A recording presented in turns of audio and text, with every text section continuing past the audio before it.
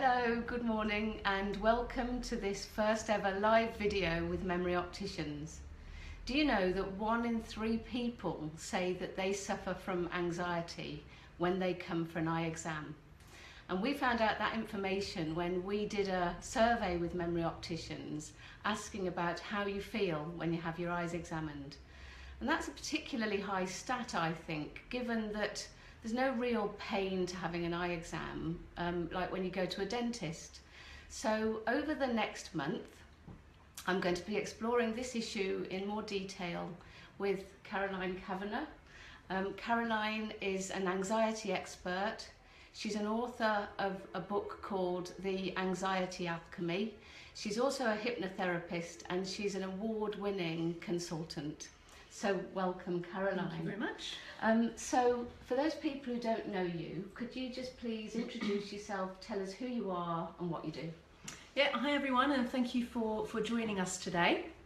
So as Katie mentioned, I'm a hypnotherapist, and the area that I specialise in is anxiety. Now, anxiety is a concept actually we all need. If you don't get anxious, then you're probably a couch potato and not enjoying life. So my philosophy is anxiety is all about managing it. It's all about the calibration. So if you were to imagine a little radar that goes from 0 to 10, if it's on 0, that's when you're actually never doing anything that stretches you, because that natural subconscious technique is there. You're probably more familiar with it as the fight or flight response.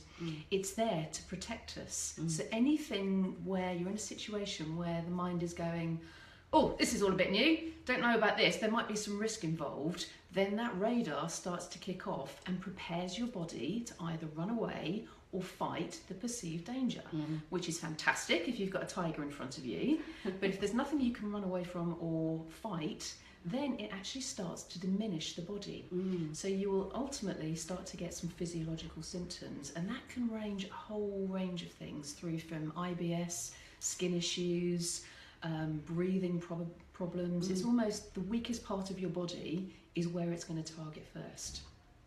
So what I do is help people to recalibrate that anxiety, so to get the radar working, so it's not zipping over to a 10 when you're thinking about going to the opticians, because the risk actually, the perception of the risk has become dysfunctional.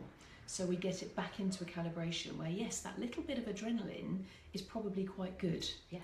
So I welcome anxiety within reason, because I know, for example, I recently jumped out of a plane because I wanted to challenge myself, and I knew that if I did that, I would grow as a person. And yeah, my radar was on pretty high. I bet. But you know, when I landed, I felt absolutely $1 million. Yeah.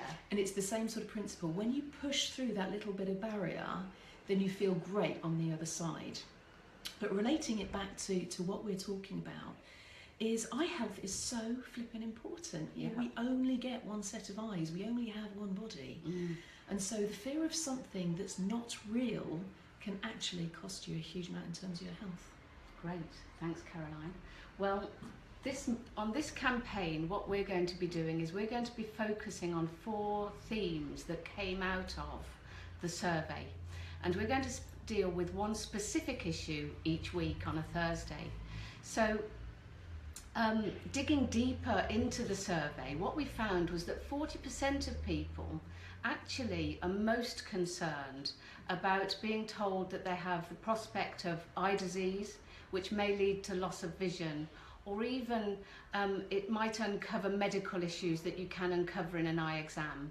So, I mean, those are pretty reasonable and natural, valid concerns that somebody might have, Caroline. Yeah. Absolutely, and coming back to what I just mentioned a bit earlier, it's the perception of the unknown. And that sets up this reaction with the brain going, oh, there's something to run away from, there's something to be aware of. Yeah. And the problem is when it's just perception, the body is on a constant state of alert. The analogy I quite often use that a lot of people may be able to relate to, it's like sitting in your car with your foot on the pedal but the handbrake on. Yeah. And eventually, if you keep doing that for too long, the car's going to blow up. Yeah. Or the engine's going to die. So bringing this back into perspective, worrying about something that hasn't happened yet is going to burn you out. Whereas if you can develop the skills, which we're going to come on to in just a second, to say, okay, this hasn't happened yet, I've got nothing I have to run away from or fight, Yeah. then your body actually is in a perfect state that if that tiger pops up in front of you, you can run away from fight a bit. But if you've been fearing run away from it and it pumps up, you're absolutely so exhausted that that's it, you get eaten. You can't do it anymore. You can't do anything anymore. Yes. So it's getting into this, can I do anything about this? Yep. No. So Yes. worrying about coming to the opticians Yes. is not going to help you. No. And what I suggest to some people is a bigger worry would be, what if you have a problem with your eyes? Yeah. Because that's something you can deal with. That Yeah. is a tangible action that you can take. Mm. And my own philosophy, and I'm sure you agree, is actually prevention's better than cure. Absolutely. So coming to the opticians on a regular basis to actually make sure that your eyes are healthy, a bit like we would do with dentists. Mm. Having a regular checkup and have someone say, yeah, everything's fine, Yeah. then there's nothing to worry about. Yes. Yes. But thinking, oh, what if I do go and they do tell me, is not going to stop it happening anyway. Mm. So deal with fact. Yeah. Know what the situation is. Either know your eyes are healthy, Yeah. or if the situation happens that they're not healthy, then you have a fact, you have a specialist that will give you the guidance Yeah. to allow you to rectify it. Yeah. Very good. So you're saying, don't worry about it.